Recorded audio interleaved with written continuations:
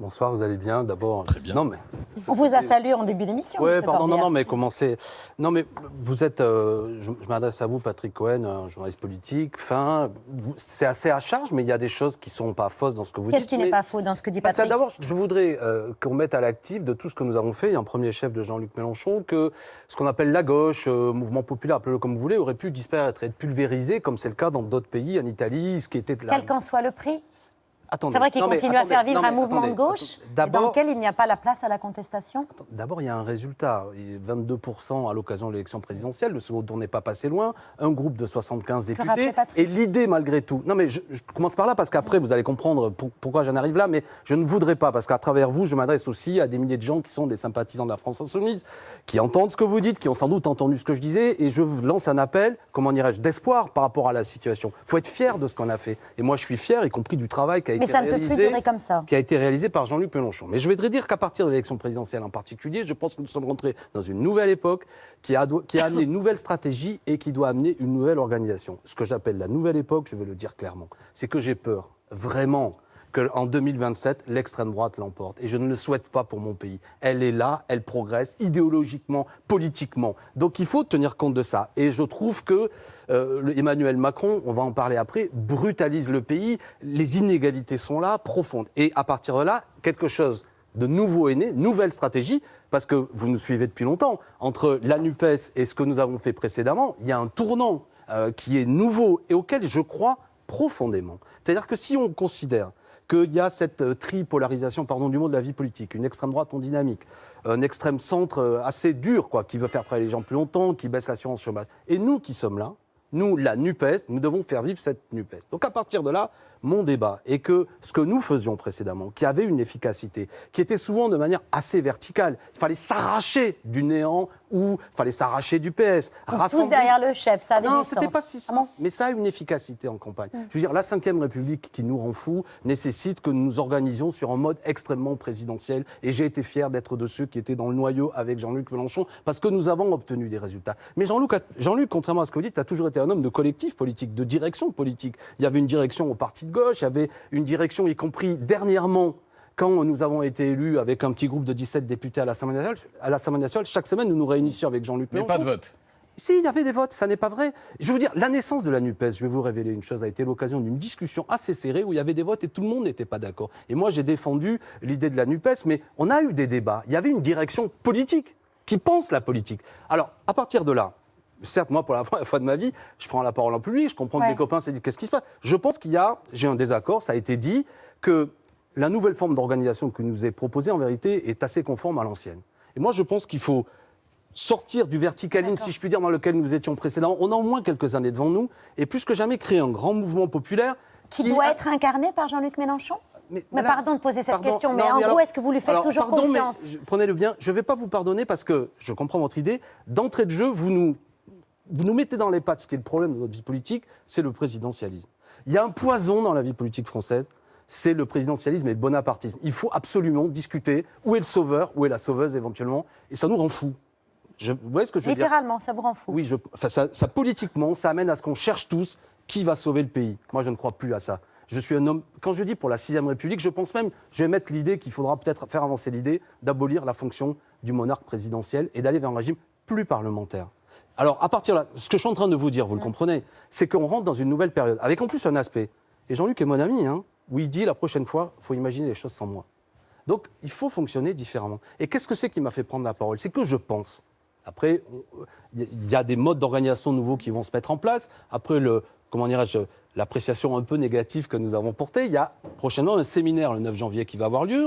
Juste pour que le débat continue. Lundi prochain, à l'Assemblée nationale, dans le cadre du groupe parlementaire. Voilà, et qui, normalement, a un mandat, selon le bureau, de faire non seulement des propositions pour ce qui est de la représentation parlementaire, mais aussi plus largement dans cette direction. Moi, je souhaite que ça réussisse et qu'on réfléchisse à ça.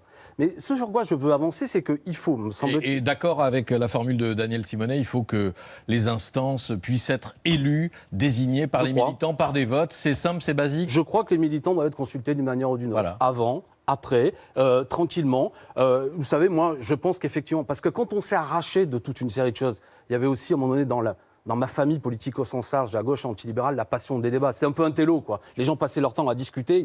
Et Jean-Luc ce qu'il représentait, c'était de dire on va agir. Moi, je reste là-dessus. Mais entre voter tout le temps et ne jamais voter, il y a un point d'équilibre auquel, me semble, on peut arriver. Non, mais je le dis fraternellement à travers vous pour faire rire, mais ceux qui nous regardent, les copains, on peut faire mieux. C'est dans le message même que nous a lancé Jean-Luc. Faites mieux, c'est pas faites pareil. Donc, tranquille, on se calme. Je parle pas de vous là, mais je dis on se calme. Moi, que les copains qui disent mais pourquoi Alexis prend la parole comprennent que c'est pas ce que je pense, qu'on est, faire vivre la NUPES. Je veux dire de la façon suivante. L'unité de l'AFI sera un élément qui facilitera l'unité de la NUPES, et l'unité de la NUPES permettra l'unité syndicale et l'unité du pays, ou du moins d'une majorité populaire, pour dire non à la réforme des retraites. Donc, je termine, parce que vous avez mis des noms. Moi, je ne suis pas toujours d'accord avec Ruffin, mais il est utile dans le débat, il est stimulant. Il a été écarté aussi. Non, mais je ne suis pas toujours d'accord avec Clémentine Autain. Vous avez cité Éric Coquerel, Daniel Simonet, Raquel Garrido, il y a des gens qui sont des anciens. Moi, en plus, je ne suis même pas candidat, à la limite. C'est plutôt la vieille garde. On va dire ça comme ça. C'est plutôt les compagnons historiques de Jean-Luc Mélenchon qui ont été mis à l'écart au profit de. Comme j'ai un peu d'expérience, je vais vous dire une chose et vous allez me comprendre. La jeunesse a beaucoup de vertus. Mais quand on a quelques années, on a parfois un peu d'expérience. Et l'expérience, c'est pas inutile. Et je pense, dans la période. Mais il faut qu'on mixe ça, tranquillement. Par exemple, je l'ai exprimé, je le répète.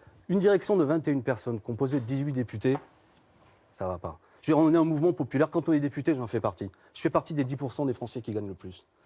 C'est pas assez. Vous avez pu vous entretenir avec Jean-Luc Mélenchon depuis ?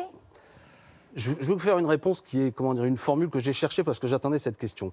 Moi, je veux politiser le débat et pas le pipoliser. Ma relation personnelle avec Jean-Luc, c'est pas le patron du mouvement, là. Non, mais, oui, mais moi... Dans l'interview au Monde mi-décembre, vous disiez, j'ai pas eu l'occasion d'en parler avec lui récemment. C'était très surprenant dans cette interview. Ça vous a surpris, c'est peut-être que c'est effectivement quelque chose de significatif. Mais je veux dire, et si Jean-Luc m'écoute, la question, c'est pas tous les deux en discuter, c'est comment collectivement on avance.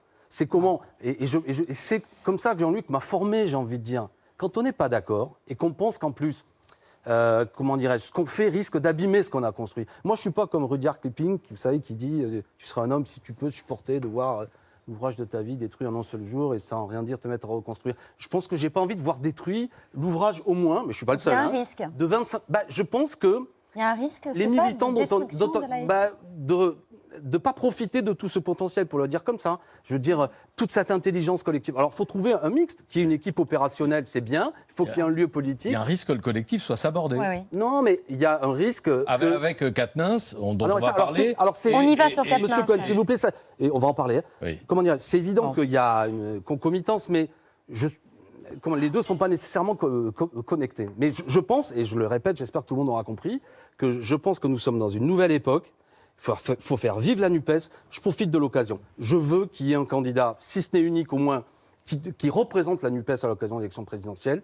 J'ai un objectif. Je veux qu'en 2027, ma famille politique, ça pourrait être un France Insoumise, mais à la limite, je suis même prêt à discuter qu'un membre de la NUPES gagne en 2027. Je le veux. Et à partir de là, ça amène toute une série de conséquences un peu politiciennes à l'occasion des échéances électorales. Peut-être qu'on en parlera pas ce soir, mais il y a des européennes et municipales. Et je souhaite que mon organisation soit aussi une organisation de mouvement populaire qui, dans le pays, fait un travail de diffusion d'idées. Et on l'a vu, je pense qu'il y a une potentialité d'idées, de personnalité dans le mouvement qui ne se retrouve pas dans cette équipe parce que peut-être qu'il y a l'idée qu'ils fassent leur vie à côté. Et il faut intégrer un mouvement. La différence entre un mouvement et un parti, même si la France Insoumise est à la fois un parti et un mouvement, mais l'idée d'un mouvement, c'est que ça doit intégrer. Moi, Mélenchon, il m'a appris ça. On est parti un petit noyau, j'étais dans le groupe des 15 personnes avec lui il y a 20 ans, et on a intégré des histoires politiques. C'est moins le cas maintenant. Je suis pour que ça continue. D'accord. Et comme Jean-Luc me dit faire mieux, je vais utiliser sa méthode pour la suite. Adrien Quatennens, donc le député du Nord qui a été suspendu pour 4 mois du groupe LFI dans la foulée de sa condamnation début décembre à 4 mois de prison avec sursis pour des violences sur son épouse. Il est décidé à revenir rapidement à l'Assemblée nationale en siégeant chez les non-inscrits. J'ai été élu au mois de juin et ce n'est pas le fait d'avoir été sanctionné pour une faute qui date y compris d'avant cette période que ça me rend moins légitime à mon avis. Et c'est l'avis de beaucoup de gens que je rencontre dans ma circonscription. Pas de tous. Que se passerait-il si demain je démissionnais, à votre avis? Ce n'est pas à vous que je vais l'apprendre. Vous pensez qu'on aurait une campagne dans de bonnes conditions, honnêtes? Ou alors non, il y aurait peut-être des bus entiers de gens qui voudraient venir dans ma circonscription pour instrumentaliser cette situation contre moi? Non. Si vous voulez, moi, je veux bien prendre ma part. Et je la prends, ma juste part. Mais pas davantage. Est-ce qu'il doit revenir dans ces conditions à l'Assemblée nationale? Est-ce qu'il n'est pas en train de s'obstiner, Adrien Quatennens?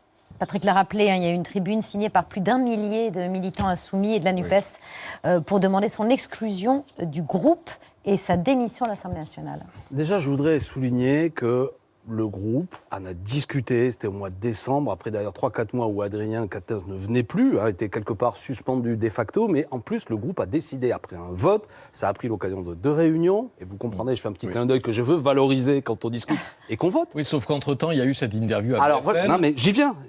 qui a mis le feu. J'y viens. Mais d'abord, je lance le signal qu'on a suspendu pendant 4 mois, c'est pas rien, avec y compris la demande qu'il y ait un travail qui soit fait de sa part, en direction notamment avec des associations qui interviennent sur ce terrain de formation. Et il y a une clause de revoyure, qui est que si tout ce travail est fait, le 13 avril, il peut réintégrer le groupe. Après, il y a ce que dit Patrick Cohen. C'est-à-dire que nous avons voté. Et il y a eu après, comment le nommer ? Une stratégie de communication, ou je ne sais pas. Moi, je n'ai pas parlé à Adrien depuis. J'ai besoin, et je vais réserver ça à mon groupe, d'avoir une discussion de pourquoi cette stratégie de faire 1 heure chez Régis Toussaint pour dire quelque chose qui me semble, et si Adrien m'écoute, je lui dis, aller à l'inverse de ce que nous portons. Parce que ce soit vrai ou pas, c'est pas le sujet, mais quand il parle, c'est un dirigeant politique. Nous expliquer que quand même tout ça est le produit, que c'est un peu sa femme qui est responsable, ça ne rend pas service à la cause. Et je comprends que toute une série de gens se disent, là, on ne comprend plus. Il y a un truc qui peut arriver, on peut tous fauter. Et moi, ma conception que j'ai défendue pendant des mois, c'est tu fais une faute, tu es sanctionné et après tu reprends. Et ça, comme pour tout, c'est ma principe philosophique. Sinon, ça ne sert à rien de sanctionner. Tu fais de la prison, tu prends une amende, mais après, la vie continue. Pour Adrien, pareil. Cet homme est plein de talent, de toute manière. Il était utile et il serait utile qu'il revienne. Maintenant, il doit comprendre que dans la stratégie qui est la sienne, je comprends, en quelque sorte, il veut sauver son honneur, mais il a diffusé dans cette interview sur BFM des choses qui, j'espère qu'il me comprend dans ce que je suis en train de dire, qui sont, peut-être... par la place qu'a pris son histoire personnelle, qui ne sont pas utiles à la lutte contre les violences faites aux femmes. Parce que, qui la desservent même. Je crois, oui, qu'il la desserve. Et donc, alors à partir de là, on est comptable d'un grand mouvement. Hein. En te disant ça, je ne fais pas de langue de bois. Les amis tous qui avaient des positions très opposées, il faudra qu'on trouve un point de synthèse. Il ne faut pas qu'on éclate sur cette affaire. Jusque-là, le groupe en avait trouvé un, qui était de dire pendant 4 mois, c'est pas rien quand même. Eh bien à l'avenir, je suis pour qu'on en rediscute, le groupe va en rediscuter, le mouvement aussi, pour qu'on trouve les conditions que Adrien continue à être utile à notre combat, mais ça passe par une période de discussion. C'est pas simple, tout ça, mettez-vous à votre place, je sais pas si... Et honnêtement, quand je me regarde, je m'inquiète, mais quand je me compare, parfois je me rassure parce que, je parle pas de vous ici, mais beaucoup de gens nous ont donné la leçon, à commencer par le groupe d'Emmanuel Macron, en laissant parfois siéger dans leur groupe des gens qui sont actuellement quand même sous le coup de certaines plaintes, je ne sais pas ce que ça donnera, mais qui devraient quand même les amener à avoir un peu plus de modestie sur ces affaires-là. Emmanuel Macron, justement, qui dans ses vœux a promis qu'il mettra en place la réforme des retraites dès l'été prochain. Devra-t-on travailler plus longtemps en 2023 ?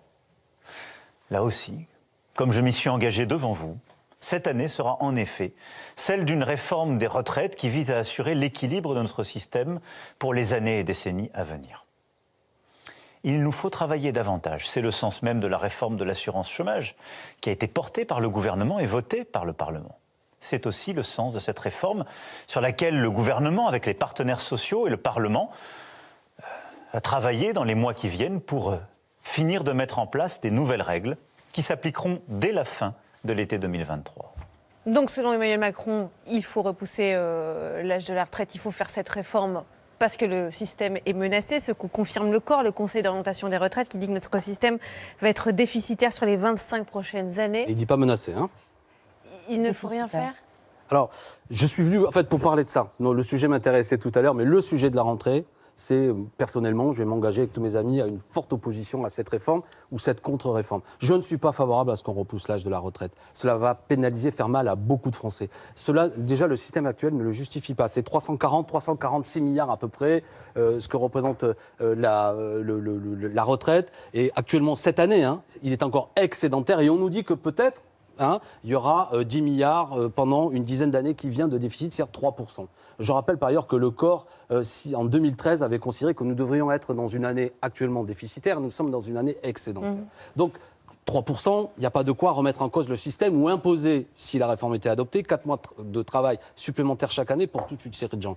Ceux qui m'écoutent, qui sont nés en 62, vous êtes visés. Donc là, quand je faisais mes courses, mais les gens 62, 63, 64, ça veut dire ils sont fatigués, les gens, ils n'ont pas envie de devoir travailler plus longtemps. Rien ne le justifie. On peut faire différemment.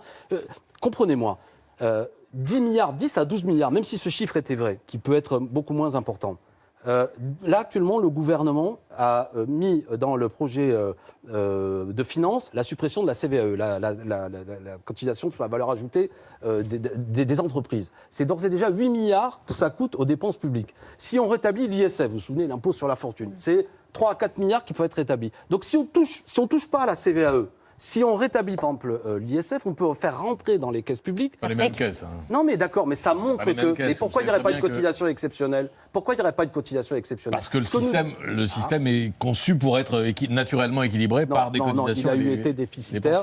Actuellement, ce qui permet de faire rentrer dans les caisses, si on augmentait les salaires, il suffirait de 0,7% d'augmentation des salaires pour que ça fasse rentrer dans les caisses. Si on faisait, ça va vous intéresser, pardon de vous genrer, si je puis dire, mais si les femmes gagnaient autant que les hommes, d'accord, qu'on prenait ça vraiment de manière énergique, ça augmenterait les salaires pour toute une série de femmes et ça ferait rentrer des cotisations. Si on supprimait toutes ces exonérations de cotisations des retraites, actuellement, il y a beaucoup d'exonérations de cotisations de retraite. C'est la politique du gouvernement qui coûte. Si on les supprimait, parce qu'il y a des grands groupes qui en bénéficient, qui n'en ont pas besoin, savez-vous, enfin vous le savez, chaque année, 152 milliards d'euros d'argent public en aide aux entreprises, notamment dans ces exonérations de cotisations.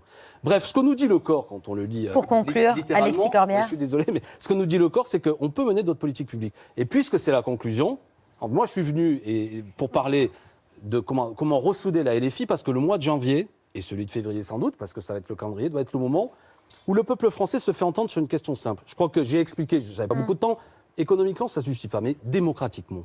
Moi j'y tiens, la crise démocratique, c'est fondamental. Emmanuel Macron, au soir du second tour, je vais le citer, et ça va être... Non mais c'est important, je vous vois agacé, je suis désolé. Pas du tout agacé. Non mais je sais, disait Emmanuel Macron, que nombre de nos compatriotes ont voté pour moi, non pour soutenir les idées que je porte, mais pour faire barrage à celles de l'extrême droite. Ce vote m'oblige dans les années à venir. Ce que je veux dire, c'est que M. Macron a été élu au second tour, non pas par une adhésion majoritaire à ses idées, mais essentiellement dans un rejet de Mme Le Pen, et c'était une bonne chose. Eh bien, je souhaite qu'il ne brutalise pas le pays. On ne peut pas faire des vœux en disant unité et solidarité et en imposant une réforme que 70% des Français ne veulent pas. M. Macron, si vous m'écoutez, ça fait beaucoup de gens qui m'écoutent, si vous faites ça, vous allez casser le pays. Vous allez désespérer, et c'est sans doute la stratégie qui est la sienne.